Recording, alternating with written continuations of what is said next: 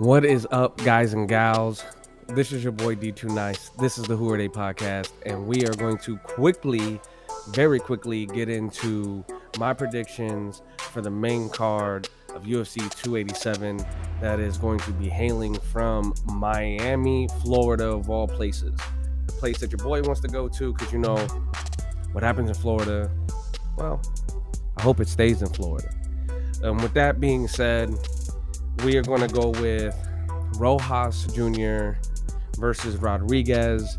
And to quickly sum this one up, I'm going to go with Rojas Jr. He is on a win streak. He seems to have all the confidence in the world, and we will see if that propels him further into the division. He's talking about becoming the youngest UFC champion to ever do it. So good luck, John Jones, when it comes to holding that as a feather in the cap, right? The next one is going to be Holland versus Ponzinibbio, probably one of the most fun last names to say within all of MMA fandom and within the UFC.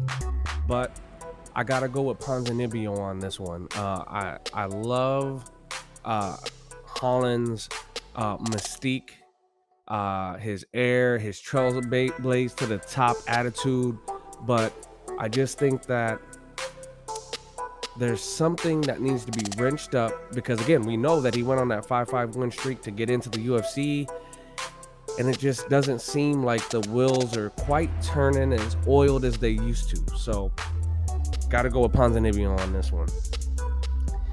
Next is going to be Font versus Yanez.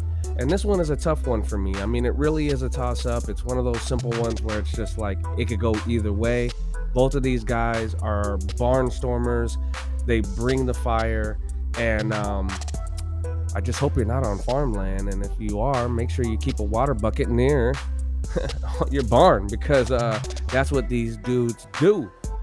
With that being said, I'm going to go Font.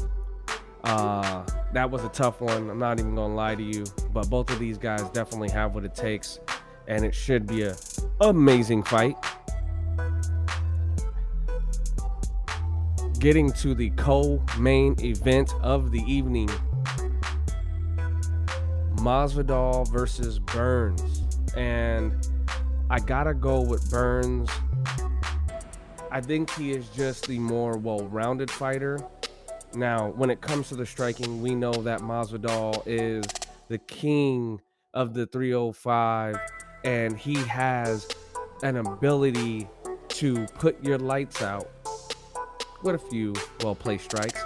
But I just believe that Burns has shown that he can take a good strike, and he also can wrestle. He can also give a good strike, and I just think that the odds are ever in his favor in this fight. And to keep it simple, quick, and to the point,